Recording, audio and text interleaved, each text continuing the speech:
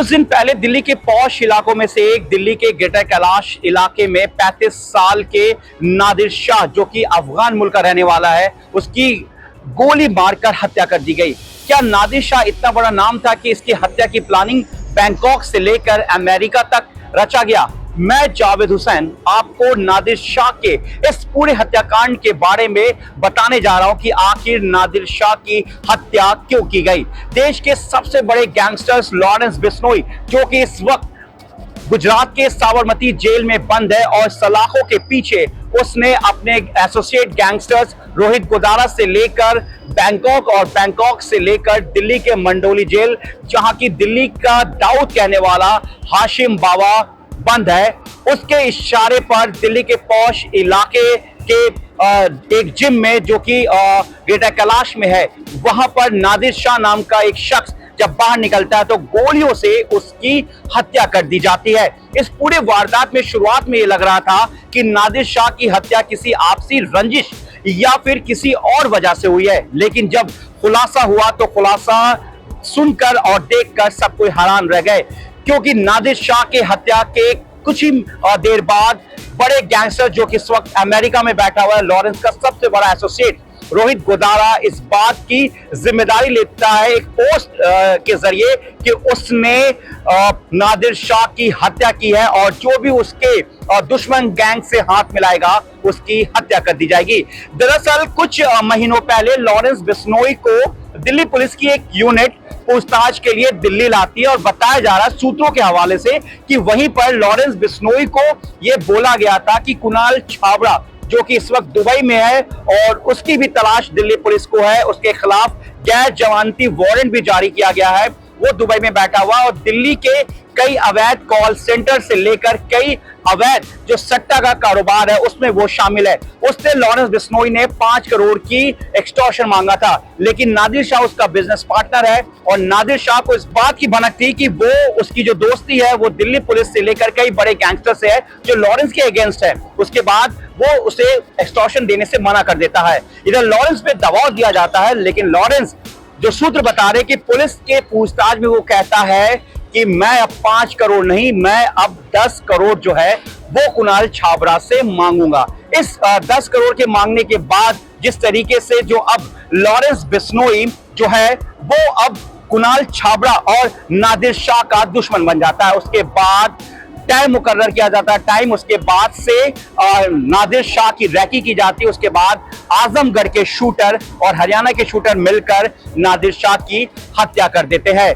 हालांकि इस हत्या के बाद से एक बार ये बात साबित हो गया है कि दिल्ली में गैंग वॉर एक बार फिर से दस्तक देने लगी, क्योंकि जिस गैंगस्टर लॉरेंस बिश्नोई ने इस पूरे वारदात को अंजाम दिया था वो नादिर शाह देवेंद्र बम्बिहा गैंग के रोहित चौधरी, रवि गंगवाल का साथी था, और उनसे उसकी अच्छी पैठ थी।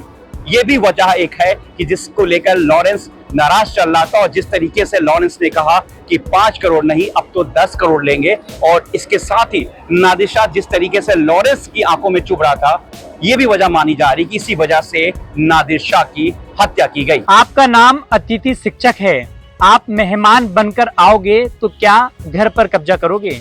ये बयान मध्य प्रदेश के शिक्षा मंत्री राव उदय प्रताप सिंह का है। नमस्कार, मेरा नाम चेतन सेठ है और आप मुझे इंडिया न्यूज पर देख रहे हैं। मध्य प्रदेश में 2023 के विधानसभा चुनाव के समय तत्कालीन मुख्यमंत्री शिवराज सिंह चौहान ने तमाम बयान दिए थे, अतिथि शिक्षकों से तमाम वादे किए थे। अब वो वादे मोहन सरकार को घेरते हुए नजर आ रहे हैं। राजधानी भोपाल में कुछ दिनों पहले अतिथि शिक्षकों ने विरोध प्रदर्शन किया और उनकी मांग थी कि तत्कालीन मुख्यमंत्री शिवराज सिंह चौहान ने जो उनसे वादे किए थे उन वादों को सरकार पूरा करे। इस पर मध्य प्रदेश में राजनीतिक भी हुई, लेकिन आज का एक बयान मध्य प्रदेश के शिक्षा मंत्री राव उदय सिंह का है, जिस बयान के बाद मध्य प्रदेश की राजनीति में भूचाल आ गया। अतिथि शिक्षक भी इस बयान का विरोध करते हुए नजर आ रहे हैं। मंत्री उदय प्रताप सिंह ने कहा है कि नाम क्या है उनका, अतिथि, यानी कि आप अतिथि मेहमान बनकर आओगे तो क्या घर पर कब्जा करोगे। इसके अलावा उन्होंने कहा है कि सरकार उनके हितों की रक्षा करेगी, लेकिन उनकी उपयोगिता को भी ध्यान में रखा जाएगा।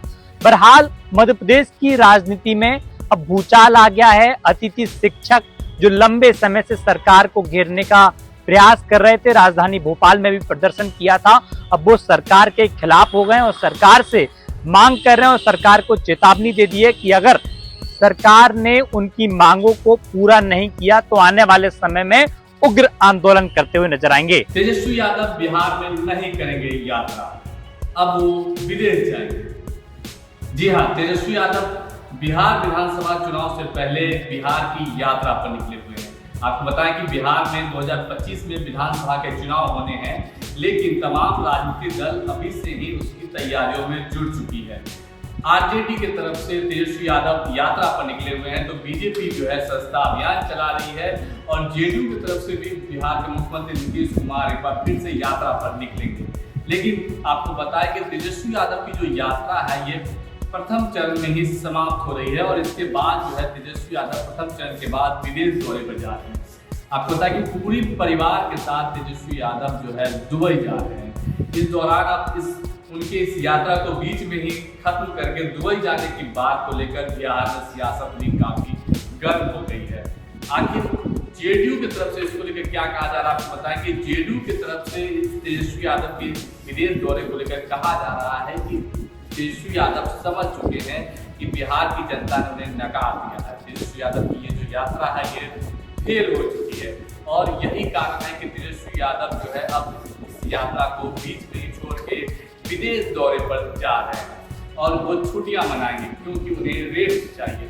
अब इस पूरे मामले को लेकर जेडीयू की तरफ से तीखा हमला किया गया। अब इसको लेकर आरजेडी ने भी जवाब दिया है। आरजेडी की तरफ से कहा गया है कि तेजस्वी यादव यात्रा के प्रथम चरण के बाद जो है परिवार के साथ जो है कुछ दिनों के लिए छुट्टियां मनाने जा रहे हैं और उसके बाद वापस जब वो लौटेंगे तो एक बार फिर से उनकी जो यात्रा अधूरी है ये पूरी होगी। अब बिहार में राजनीतिक दल या बड़े नेता कुछ करें तो लिहाजा उस पर राजनीति भी होगी ही। इसलिए तेजस्वी यादव की विदेश यात्रा को लेकर जो है बीजेपी और जेडीयू दोनों की तरफ से तीखे जो है कमेंट किए जा रहे हैं। जेडीयू कह रही है कि तेजस्वी यादव जो है तमाम जो अपने कार्यकर्ताओं से मिल रहे हैं, अपने नेताओं से मिल रहे हैं, तो उन्हें जो फीडबैक मिल रहा है उससे कहीं ना कहीं उन्हें इस बात का एहसास हो गया है कि 2025 की जो लड़ाई है इसमें आरजेडी, जेडीयू और बीजेपी के सामने कहीं नहीं टिकेगी। नतीजतन तेजस्वी यादव समझ गए हैं कि धूप में पसीना बहाने से कोई फायदा नहीं है और उन्हें बीच में ही यात्रा छोड़ के छुट्टियों मनाने के लिए विदेश जाना पड़ रहा है। हाल ही के दिनों में कनाडा में पंजाबी सिंगर एपी ढिल्लों के घर पर हुए फायरिंग के बाद जिस तरीके से लॉरेंस बिश्नोई गैंग ने इस गोलीबारी की जो है उन्होंने पोस्ट डालकर क्लेम लिया और कहा है कि ये जो हमला उन्होंने करवाया है इसके पीछे जो वजह सलमान खान से दुश्मनी है।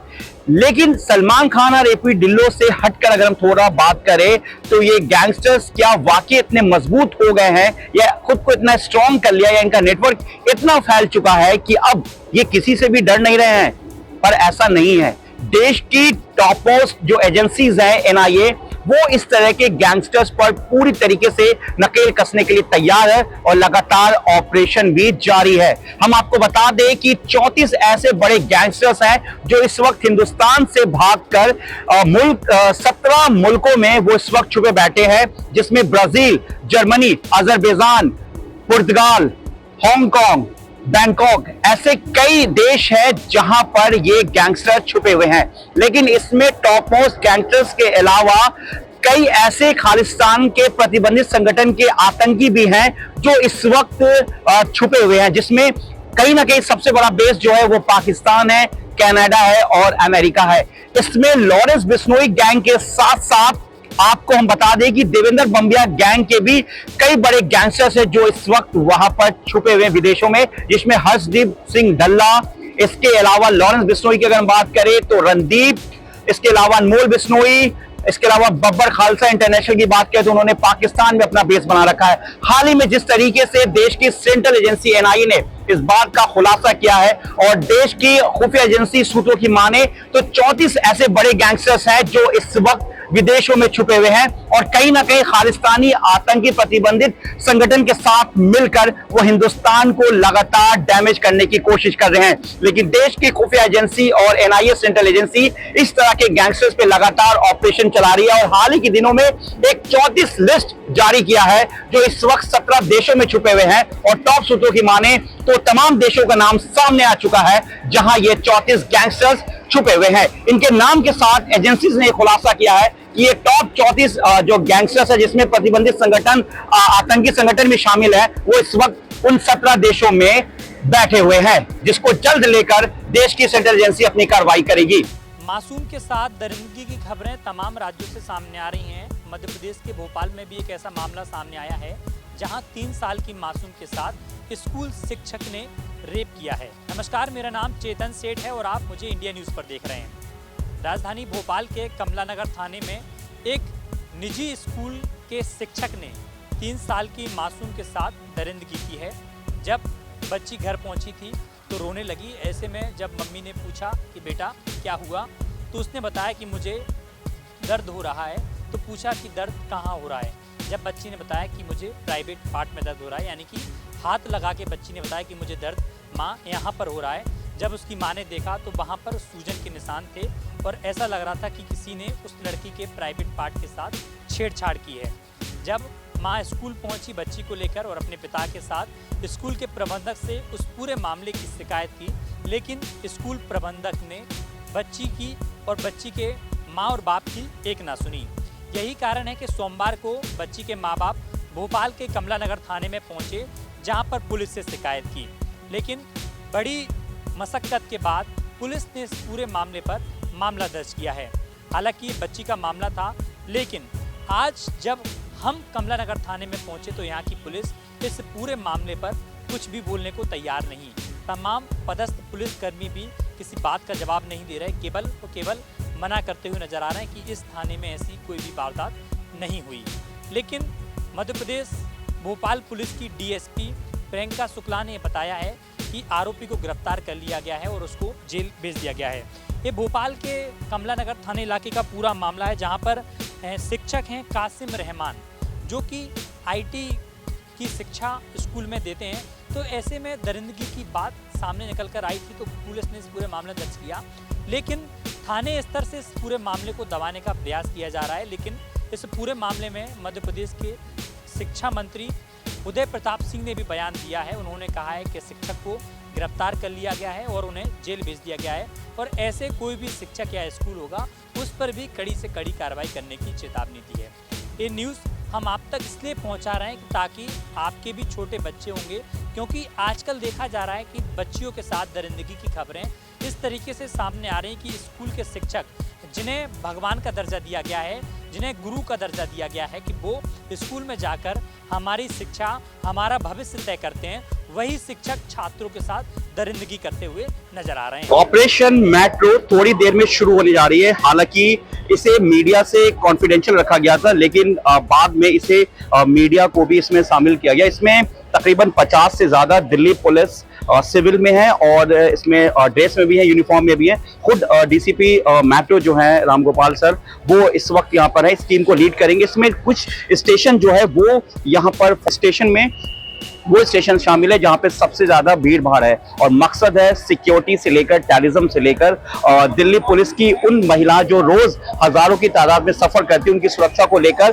और खासतौर से वैसे गैंग पर जो आम लोगों के पॉकेट से लेकर उनकी कीमती सामान को चोरी करते हैं। तो इस वक्त हम राजीव चौक मेट्रो स्टेशन पे और थोड़ी देर में दिल्ली पुलिस का मेट्रो ऑपरेशन शुरू होगा, जिसमें सेंट्रल एजेंसी यानी कि सीआईएसएफ भी इसमें शामिल होगी। तो कुछ ही देर में ये ऑपरेशन शुरू हो रहा है और खुद डीसीपी और उनके साथ उनकी तमाम जो टीम है, एसीपी है, तमाम जो टीम है वो लीड करने वाले हैं और हम देखते हैं कि इस ऑपरेशन के दौरान क्या क्या देखने को मिलता है।